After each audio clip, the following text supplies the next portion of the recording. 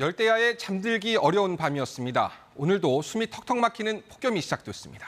네, 열흘째 폭염특보가 이어지고 있는데 날을 거듭할수록 된더위의 기세가 점점 강해지고 있습니다. 먼저 이 시각 폭염 상황입니다. 서울광장에 나가 있는 취재기자 연결합니다. 최인영 기자. 이 화면을 보니까 1시간 전보다 볕이 더 따가워 보이는군요.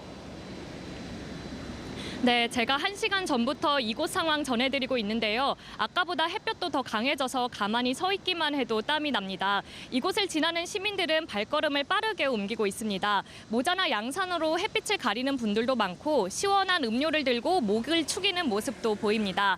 전국에 폭염특보가 발령된 가운데 서울은 오늘로 일주일째 폭염경보가 계속되고 있습니다. 서울 낮 최고 기온은 35도까지 오르겠습니다. 햇볕이 강한 데다 습도까지 높아서 체감온도 35도 안팎으로 오를 것으로 예상됩니다.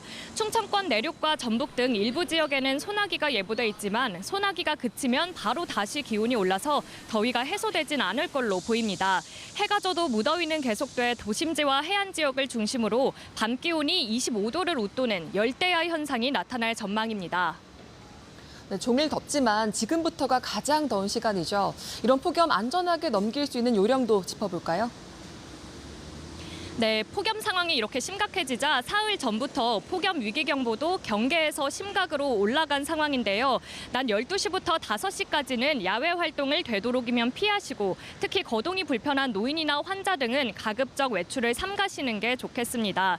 특히 오늘 같은 날씨에 공사장이나 논밭과 같은 곳에서 야외 작업을 하는 경우에는 더욱 큰 주의가 요구됩니다. 부득이하게 외출을 하신다면 반드시 양산이나 모자 같은 걸로 햇빛을 최대한 차단해 주시고 목이 마르지 않더라도 물을 자주 마셔주는 것이 중요합니다.